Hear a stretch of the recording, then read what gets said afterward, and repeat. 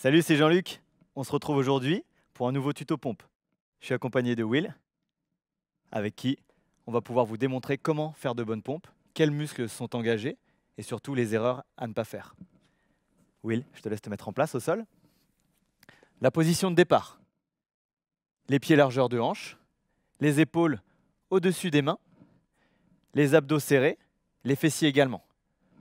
Il pense à contracter ses cuisses pour maintenir l'alignement entre ses jambes et le tronc. Il va commencer à descendre. Stop. Là, il est dans la position basse. Pendant toute la phase de descente, jusqu'en bas, rien n'a bougé. Le tronc est toujours aligné avec les jambes. Remonte, Will. Impeccable. Vous avez vu, il a aussi gardé les coudes proches du corps. Redescends tout doucement.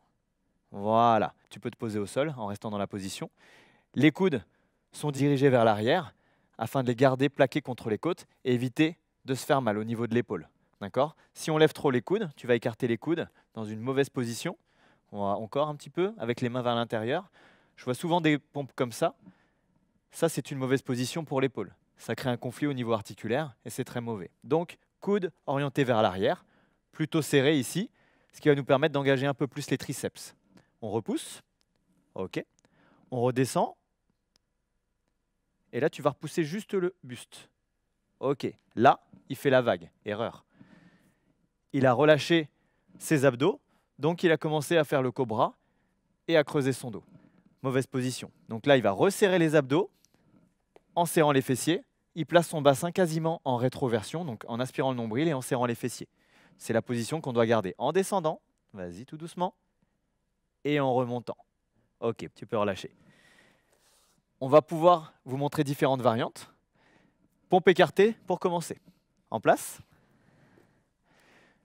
Donc toujours la même chose. On pense qu'on doit avoir les coudes orientés vers l'arrière, mais il va simplement écarter un tout petit peu plus ses mains. Il va commencer à descendre tout doucement, arriver en bas, toujours abdos et fessiers serrés. Les coudes dirigés vers l'arrière, mais cette fois-ci un peu plus vers moi. Et il repousse, toujours en contrôle. Lorsqu'il a repoussé, il n'a pas relâché son dos. Donc les pompes écartées, ça permet de travailler un petit peu plus les pectoraux. D'accord ? Surtout pour les gars, c'est intéressant. Il va rapprocher ses mains et nous faire des pompes diamant. Même travail, même position de départ, épaule au-dessus des mains. Il va descendre tout doucement en gardant les abdos serrés. Voilà, il cherche à faire toucher la poitrine au sol et repousser. Très bien, relâche. Donc sur les pompes diamant, cette variante elle va nous permettre de travailler un tout petit peu plus le sillon sternal, ici au niveau des pectoraux, et également les triceps. Maintenant, c'est à peu près faire des pompes. On va finir sur quelques astuces pour faire des pompes parfaites. Lorsqu'on est en position de pompe, c'est vrai qu'on est en appui sur les paumes de main. Et certaines personnes peuvent avoir certaines douleurs au niveau des poignets. Pour ça, il suffit éventuellement d'orienter ses poignets dans une direction ou l'autre. Ce qu'il faut, c'est toujours choisir la position qui vous fait le moins mal. On a tous des morphologies différentes, des souplesses, mobilités différentes. Donc, orientez-les comme vous pouvez. Si vraiment vous mettre en appui sur la paume de main, ça vous fait très mal au niveau du canal carpien, alors une option, c'est de se placer sur des petites haltères ou des petites parallettes, si vous en possédez à la maison. Pareil, même démarrage, on vient se placer en position de planche. Et là, cette fois-ci, comme il est quasiment sur les points, il va venir descendre avec les coudes proches du corps, les épaules légèrement en avant et repousser. Donc là, il est en pompe triceps, clairement. Il va pouvoir le faire en écartant légèrement. Voilà. Les coudes vont s'écarter un petit peu du corps, descend et remonte. Voilà, c'est exactement le même travail. Et dernière chose, il va pouvoir aussi l'incliner, voilà, légèrement sur le côté pour venir travailler différemment, comme on l'a dit tout à l'heure, écarter pour engager un petit peu plus les pecs. Ok, pose les genoux. Dernière chose, le souffle. Quand respirer quand on fait des pompes. Le plus important, c'est d'expirer lorsque la contraction s'effectue.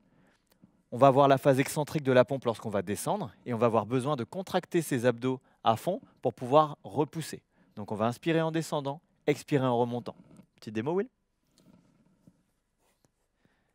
Très lente. Inspiration profonde. Expiration. Là, abdos très serrés. OK. Une dernière chose, l'adaptation. Pour faire des pompes adaptées, On peut les faire sur les genoux. Toujours en conservant l'alignement entre les cuisses et le tronc. Même travail. Une dernière. Expire.